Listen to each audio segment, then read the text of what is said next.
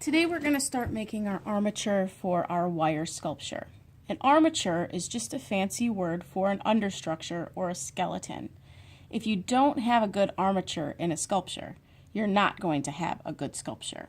It gives you something to form your sculpture around. If you were to begin this sculpture without a good armature, then your sculpture would not have anything to wrap around, and it would just end up being a big blob of wire. So when you're working with your armature, you need to make sure that you have a very good sense of proportion. Remember that we talked about human proportion, and we said that in the adult human, most people have 8 heads. I know that sounds really weird, but we're talking about our height. So if this is my head here, I'm going to be 8 heads tall, which means to my hips, I'm going to be 4 heads. So when I start building my armature with the wire, I'm going to pay attention to the size of my head. If your head is too big, your sculpture will be too big.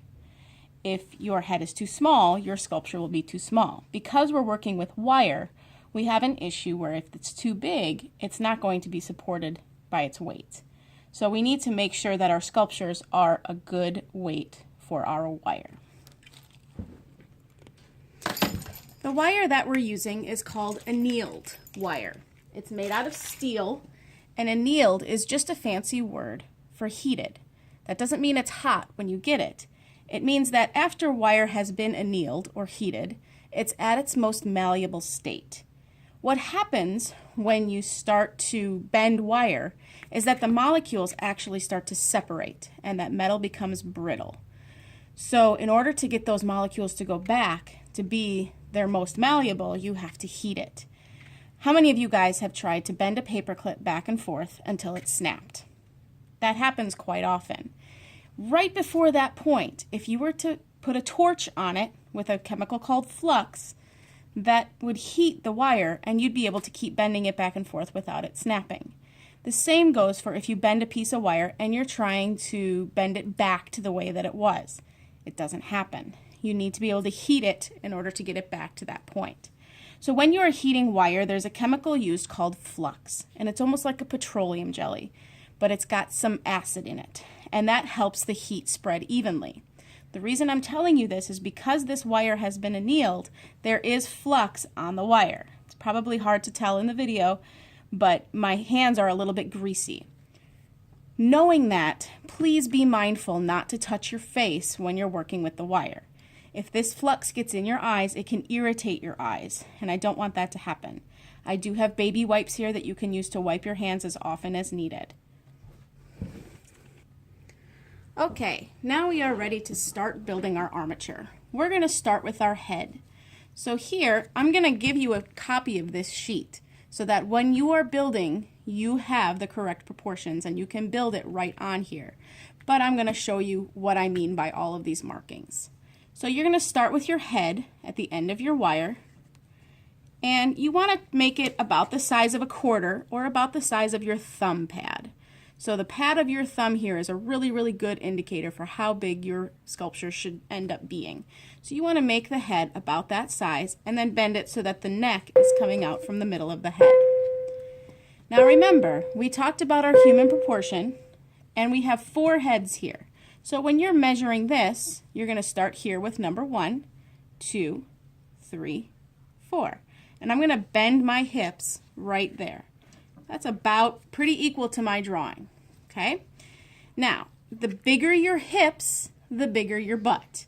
I know some of you don't want to have a big old badonkadonk butt on your sculpture. If you do, more power to you. But for regular human proportion, when we're talking about a generic human being, most hips are about the same size as the shoulders. Now I have students that are doing swimmers, and swimmers tend to have a triangular body, so they're making their shoulders a little bit bigger. As the artist, that's your choice. Just be mindful that when we're talking about basic human proportion, we want to try to keep these equal. If it works with your sculpture to do it differently, then you may do it differently. So in order to get a good hip size, what I usually do is put my thumb right here next to the spine, and then I wrap that wire around my thumb and pinch it. This is going to give me a great size for my hips. I'm going to do the same thing on the other side and wrap it back this way. So I have almost a figure 8 thing going on here, where you can see my hips have a little bit of dimension, but they're equal on both sides. Okay, still following the shape of my sculpture on my paper. Your legs need to come from your hip. They don't come from the center of your body. So make sure that you bring that wire all the way back out to the end of the hip. Now remember when we were doing our drawings, we talked about having the ovals that you were drawing break at the joints. It's the same thing with the wire. You don't want to have 3 pieces of wire going through here because you're not going to get a good bend when it comes time to pose your sculpture. So you only really want to have 1 wire going through the joint, but you want a nice stable bone for your leg here. So we do our leg in parts. So if your whole leg is 4 heads long, that means that to the knee is only going to be 2 heads. So I'm going to take this measurement again, 1, 2, and I'm going to bend at my knee. So I'm going back up towards the hip and then back down towards the knee. Having these 3 wires together is going to make it much harder for you to inadvertently bend that part of the leg. Then your knee or your wire goes through your knee. You're going to take that same measurement and apply it down here and bend at the ankle. Back up to the knee and then back down. So now your whole leg is the same as this distance here. Okay? Now we have this wire down here. We need to get it back up and around to do our other leg. So you just make a loop, which is eventually going to turn into the foot. And then I usually just kind of loosely wrap this wire around as I'm coming up so that I can, sorry about that. So you bring the wire all the way across the hips, and then you need to make your second leg the same way that you made your first leg. So again, I'm going to measure my 2 heads, or I could just measure the other side of my leg to make sure that they're equal. So I'm going to bend at my knee, back up and down. My wire goes through my knee. I'm going to measure my calf up to the knee and back down. So at the joint, at your kneecap, you should see 2 wires that are kind of butting up against each other. Then at the bottom, you make your loop for your foot. Bring that wire back up, and now it's time to start the shoulders. The shoulders are made the exact same way as the hips. Leave a little space for your neck, but we want our hips and our shoulders to be about the same size. So I'm going to put my thumb here, wrap around my thumb, and put my thumb here, wrap around my thumb, and notice that the hips and the shoulders are very close to the same size. We talked briefly about how most humans are square, which means this distance from fingertip to fingertip is the same as head to foot. Now, my toes are pointed in this image, so we want to imagine that his feet are flat. So we're actually going about to his ankles, which means from sternum to fingertip is also 4 heads. But we already have part of a shoulder, and we have to account for the head. The hand. So we don't want to make this section as long as this section. Instead of being 2 heads for each section of the arm, you're going to go about 1.5 heads. That will give you the correct distance from sternum to fingertip. So instead of being 2 heads long, I'm going to take my head measurement and I'm going to go about 1.5 and bend at the elbow the same way that we did for the knee. So I'm bending at the elbow, bringing it back out. So that's my upper arm. Now I need to make my forearm. Again, same measurement. And at my elbow, I have that joint. Okay, now I'm going to make a little loop for my hand. Bring my wire across. You can bring your wire straight across. You don't have to wrap it, but I have found it easier to wrap it because some of those pieces can get a little unwieldy.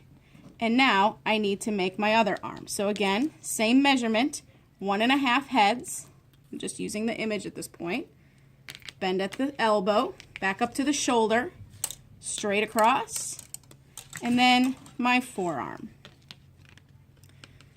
Now hopefully you won't have a lot of wire left over after you loop your hand, but if you do, just wrap it around. You know you have to fill this with wire, so you might want to just start wrapping around the torso a little bit and getting it so that you don't have any loose ends. Okay, I have my armature now pretty close to where my drawing is. So I know that my human proportion is pretty darn close to where it needs to be. At this point, you're going to put your sculpture into the position that you're going to use for the final sculpture. So if I was going to have my sculpture sitting in a crisscross applesauce type of pose, I'm going to bend right at the joints, being very careful not to bend those areas that are not supposed to bend. You can't bend your leg in the middle of the femur, so make sure that that area does not get bent. So here I'm trying to cross the legs just like it would be when you're sitting crisscross applesauce. Maybe I'm going to bend this person's back a little bit, and they're going to be resting their arms on their legs, okay, like so. So you can see my person is sitting crisscross applesauce. Once there is meat there, these elbows will touch the knees and their head is resting in their hands. At this point, put a piece of tape with your name on it around the head and put it in the bin with our sketchbooks.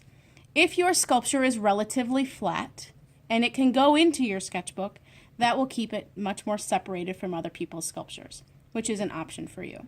Just be mindful when you're putting it in there. If you have any extra wire, either cut it or wrap it up so that it's not getting tangled with other people's artworks.